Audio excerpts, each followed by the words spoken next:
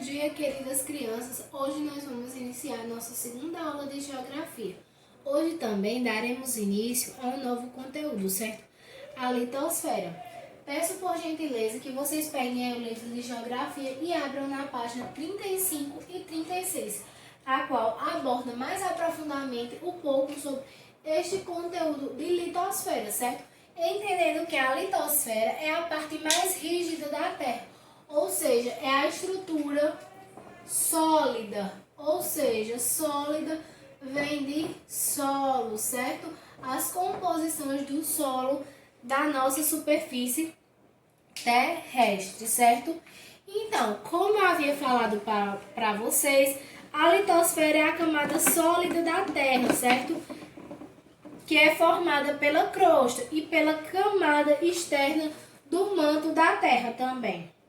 Na parte externa da litosfera encontramos as rochas e também encontramos o solo, que cobrem toda a superfície terrestre, certo? Vários fenômenos estão ocorrendo, certo? Ocorrem nessa camada, como as atividades vulcânicas e também os terremotos, certo? A litosfera ela é fragmentada, certo? Aí, em placas tectônicas, certo? Então, a litosfera é mais um estudo aprofundado sobre as rochas e os solos que são encontrados na superfície terrestre. Como exemplo, aí nós temos que rocha é um agregado natural, certo? Formado por um ou mais minerais. Mas, afinal, o que são esses minerais, certo? Mineral é um elemento composto químico natural, resultado do processo inorgânico, ou seja, não é composto por matéria animal ou vegetal, encontrado na crosta terrestre, certo? Então, mineral é esse material natural que é encontrado na superfície terrestre. E vimos aí que a crosta terrestre ela é dividida, certo, em duas partes, certo? Divide-se em continental, que são as localizadas nos continentes, e as oceânicas, que são localizadas no fundo dos oceanos, certo? De acordo com a sua origem, as rochas são classificadas em três tipos, que são as rochas magmáticas, as rochas sedimentares e as rochas metamórficas, certo? Existem esses três tipos de rocha. As rochas magmáticas são aquelas que resultam do resfriamento e da solidificação do magma, certo? Que este magma é resultado das atividades vulcânicas, sendo em geral bastante antiga. Como exemplo aí no livro de vocês, nós temos o basalto, certo?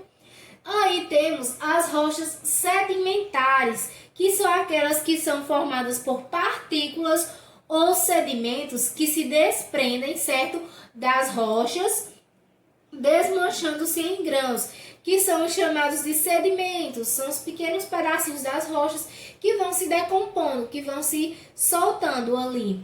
Os sedimentos também podem ser produto de restos de elementos orgânicos, como o calcário aí, por exemplo.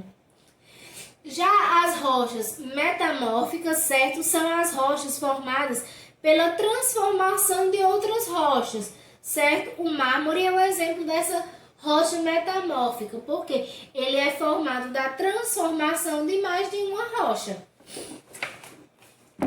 Agora, nós vamos estudar também um pouco dos solos na litosfera. Além da presença da rocha, também temos a presença dos solos, né? Que os solos são basicamente formados por quatro camadas, certo? O horizonte O, que é a primeira camada, o horizonte A, que é a segunda camada, o horizonte B, que é a terceira camada, e o horizonte C, que é a quarta camada.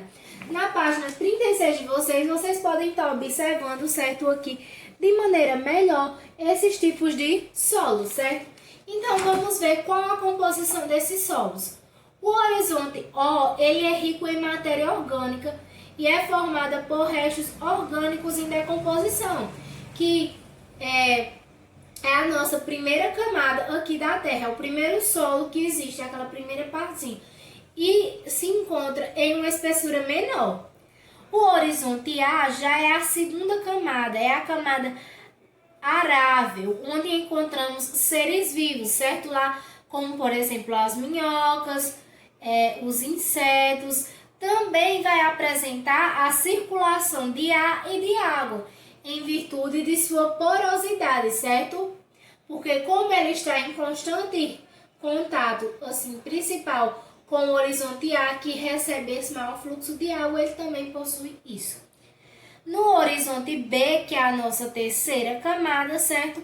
Ele é formado por fragmentos de rochas, ou seja, é menos poroso, apresentando elementos inorgânicos como matérias que não é obtida a partir da decomposição de seres vivos e tem pouca circulação de água. Ou seja, nesta camada aí, o solo ele já é mais consistente, ele já é mais firme, mais duro, mais pedregoso. Vocês podem até estar observando aí. E no horizonte C é a última camada, certo? É a camada de transpiração que fica entre os solos e as rochas que ainda estão começando a se decompor. Então, ali é a parte mais rígida, certo? Das rochas que estão um pouco se decompondo. Abaixo destas camadas está localizada a rocha matriz, ou seja, cuja degradação é responsável pela origem do solo. Então, para que se haja um solo, é preciso haver a degradação de uma rocha. Então, abaixo de qualquer solo, vai sempre existir uma rocha. E esse solo vai ser resultado, certo, da decomposição, da sedimentação das partículas daquela rocha, certo? Então, como atividade aí para vocês vão estar realizando a atividade no livro, que é a página 36, 37 e 38, a atividade, viu? Atividade de casa de vocês é a página 36, 37 e a página 38, certo? No livro, em que na primeira questão está pedindo para você pesquisar a origem da palavra litosfera, certo? Vocês podem estar pesquisando aí na internet. Na segunda, pede para você marcar corretamente qual é o conceito de litosfera. E na terceira questão, pede para você ler a seguinte frase. Na parte externa da litosfera não encontramos água, massas, solos e rochas. Agora responda, esta afirmação é verdadeira? Você acha que não encontramos água na litosfera? Justifique sua resposta. Então, a partir da explicação dos conhecimentos prévios e do conteúdo abordado no livro, você acha que não é possível encontrar água aqui na litosfera? Você vai me dar a sua opinião. Na quarta questão, diz o seguinte, quais as diferenças entre os três tipos de rochas que você estudou? Numere corretamente, certo? Temos aí as rochas magmáticas, as rochas metamórficas e as rochas sedimentares. Você vai estar associando aí a definição a cada uma. Na quinta questão, observe as imagens abaixo e circule as que são exemplos de crosta terrestre. Você vai circular aquelas que são exemplos de crosta terrestre. Sexta questão. Relacione e complete as fases de acordo com as características de cada um dos horizontes do solo, certo? Como eu expliquei para vocês que temos o horizonte O, o horizonte A, o horizonte B e o horizonte C. Você vai estar identificando aí qual é o horizonte A, qual é o horizonte B, qual é o horizonte C e qual é o horizonte O, certo? E por último, na sétima questão, vocês vão fazer uma pesquisa, certo? Pesquise a presença das rochas na vida cotidiana, na construção, nas ruas, nos objetos, certo? E elabore uma lista.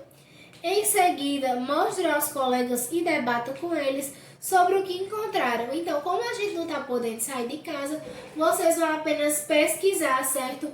Exemplos aí de rochas, a utilização das rochas, na vida do cotidiano. Onde é que a gente está utilizando as rochas? Sejam elas aí, como citou, nas ruas, nos objetos, nas construções das casas e moradias.